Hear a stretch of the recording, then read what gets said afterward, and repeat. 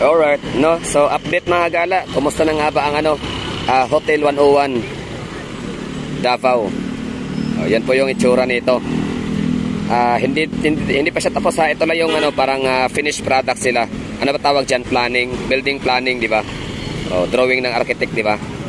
So, ano yung kinalalabasan? Yan, meron silang helipad, merong sky view deck or sky park kung tawagin. 12 floor mga gala. Ang galing, ang ganda nito, high-rise building. Napakalaking hotel, no? The biggest hotel in the land of Mindanao.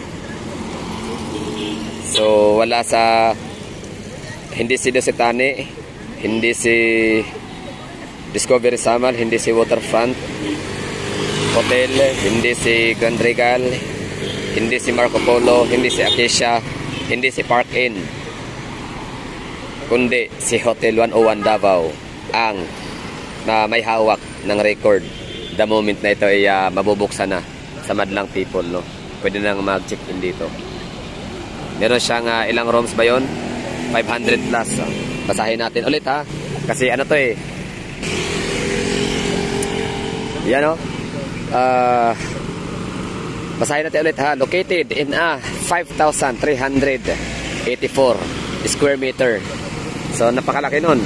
Tama, napakalaki. So natin sa hectare, kasi minsan may mga tao isa na ako doon na mas madali sa akin ikwenta or i-estimate or i-anticipate or i-imagine yung isang land area via hectare kaysa sa square meter. Siguro kung hindi kayo lumaki sa probinsya, sa bukid na may mga halamanan or farm, 'di ba? So hindi niyo malalaman yung tawag nito, yung square meter masyado, kasi more on hectare kayo. For example, kami nga, meron kaming sinasakang lupa dati. So meron kaming parang 1 point something hectare. So kabuuan, marami kaming mga tenant, meron kaming 7 point hectare. Shout out sa aking nanay, alam ng nanay ko yan. So isa na yung amo namin, pero meron kaming parang 4 or 5 tenant yata kami lahat nun nagtatrabaho. So total of 7 hectare. So alam ko yun, kaya ko i-drawing. Alam ko yun, ang gaano kalaki ang 7 hectare. Yun sa amin, malaki din 1 point something hectare or 2 hectare, basta. So tingnan natin ko i-translate natin siya into hectare, itong 5,384. Ito siya. Ang kinalabasan ay 0.538 hectare. So hindi siya maabot ng 1 hektarya. Tama. Okay. So balik tayo kay Hotel 101 Davao. So yun na nga, bali Davao is poised located in 5,384 square meter prime property at Eco West Drive. Hotel 101 Davao is poised to be the biggest hotel in Mindanao. It will feature back-to-back commercial and retail shops for an upscale hospitality experience to be unveiled by 2023. 519 rooms, 12 story.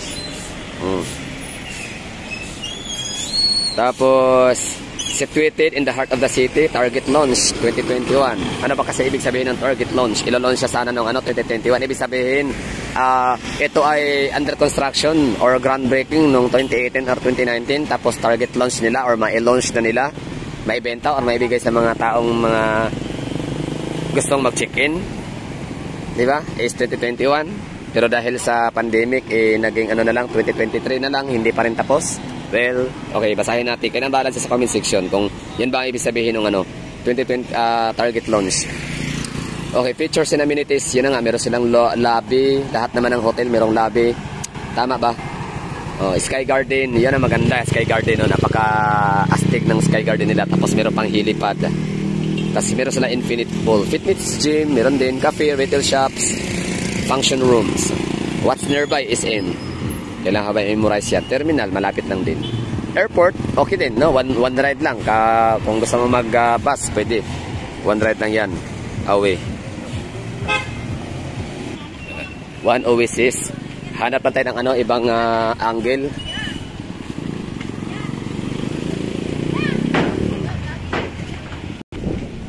SM, City Davao. Tsaka na yan, no? Parang tanga rin kasi mga gala, ay nagpa-vlog ako hapon madilim gabi. Anong makakuha nating magandang view niyan, di ba? Anong makakuha nating mga images, di ba? Siyempre wala. Oo. Kasi madilim nga. So ito nga natin, kumuha na tayo ng ibang angle para masilip natin itong yun o, Hotel 101 by Injap or Sia, Double Dragon, Kakchong, kung sino man ang mga nagmamayari niyang mga yan. Basta yun na yun. Ang ganda ng ano, gusali. So okay ba yung ginawa natin? So sana nagustuhan nyo, kasi ako nagustuhan ko din. Tapos dito matatanaw natin yung ano ha, Verdun Park. Nasira na si Verdun Park.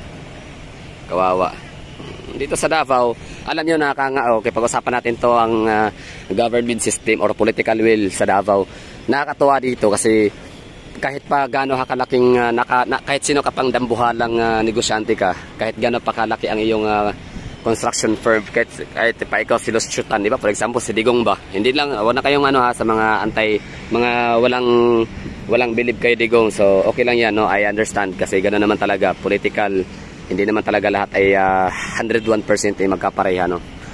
So, ito lang, i-flex lang si Digong. Nakakabilib si Digong kasi yun na nga, siya yung tipo sa tao na sa pagkakaalam ko lang ha. So, maaaring mali, pwede rin hindi, kaya na bahala dyan. Kasi it's opinion or based on experience. Na kahit pa sino yan? Si Lusyutan yung may-ari ng ng PAL, di ba? Mighty, sino pa yun? Basta mga oligarchs, kahit sino ka pang oligarchs dyan, wala kayong panama kay Digong kapag mali yung ginawa yung substandard kayo, hindi kayo pumasa sa mga hinihinging mga requirements, di ba? So ngayon, kung magkitaan kayo ng mintis, palpak, so automatic yan, hindi talaga kayo magsasucceed, hindi talaga kayo bibigyan ng tawag nito, hindi kayo bibigyan ng permit, no? For example na ngayon sa time ni Mayor Sebastian Duterte ngayon, siya yung mayor, di ba?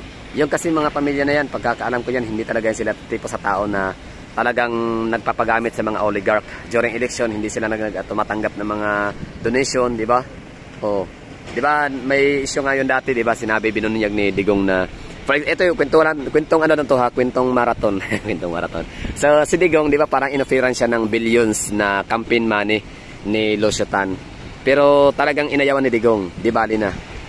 Di bali wala siyang campaign ads. Di bali nang wala siyang masyadong makinarya. Social media lang talaga, no, ang labanan nun, mga organic na mga supporters, followers, hindi mga trolls ba. Yung talagang ladlaran ang mga mukha, mga pangalan, no. Hindi gumagamit sa mga dami account. Anyway, balikan tayo sa principles in the political will ng mga Dutertes. Kasama na dyan yung itong batang mayor namin dito sa Davao na si Sebastian Duterte. Na kapag ka may palpak talaga yan. Wala silang pakik sa pwede kang umatras, bahala ka. Umatras ka all you want. Kung tanggalin mo yung iyong mga property sa Davao. Akin nanto ha. Pero yun ang yun yung aking perception. Pangagpas, di ba? Yun ang aking speculation ko. Ano ba matawag dyan?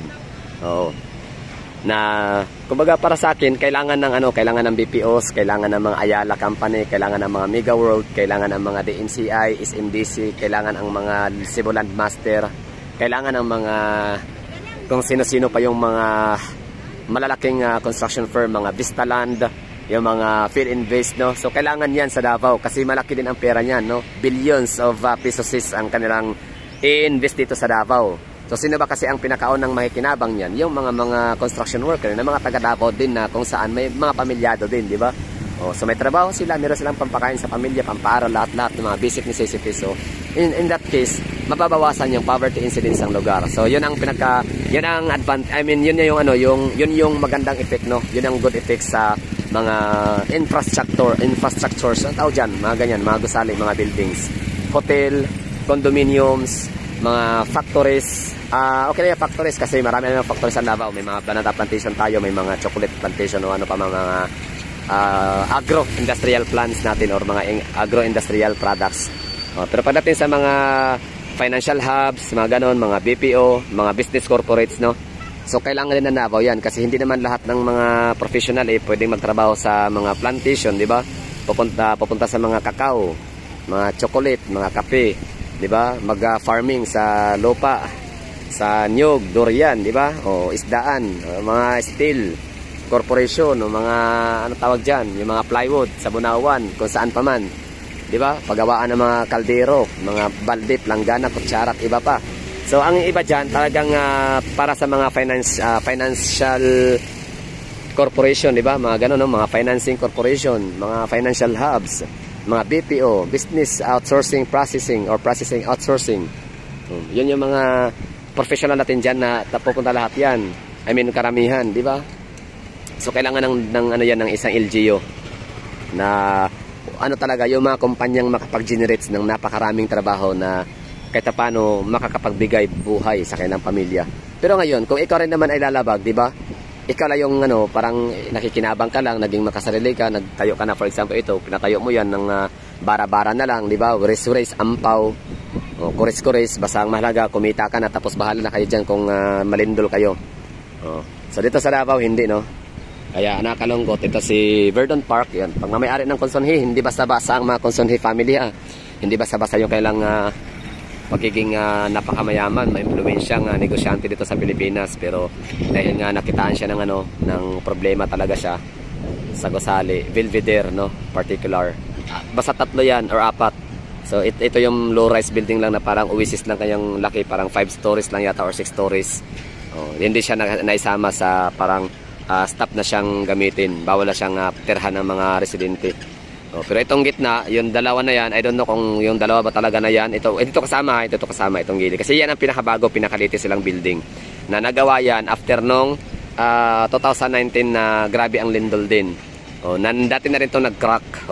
Tapos inayos daw, ganun lahat-lahat no inayos. So ngayon, ayan, may problema ulit. So sabi nga nila, the history repeat itself. Kung meron na talagang problema yan, istorya, parang paulit-ulit. So yun, ano yan, kasamaan yan, no? Parang bad record na yan sa isang company. So kahit pa magtayo sila ng panibagong Verdon Park sa ibang lugar or by the MCI, kung saan mga lugar sa Pilipinas, ang mga tao, siyempre, kahit nga sa mga in-order natin sa Shopee, sa Lazada, na worth 50 pesos lang yung mga ring light, mga ganun, di ba, yung mga selfie stick, 100 pesos lang yung value, kahit pa free shipping, still, hindi pa rin tayo nag-order dyan basta-basta. Tinitingnan muna natin yung mga reviews, tama ba, mga hagala?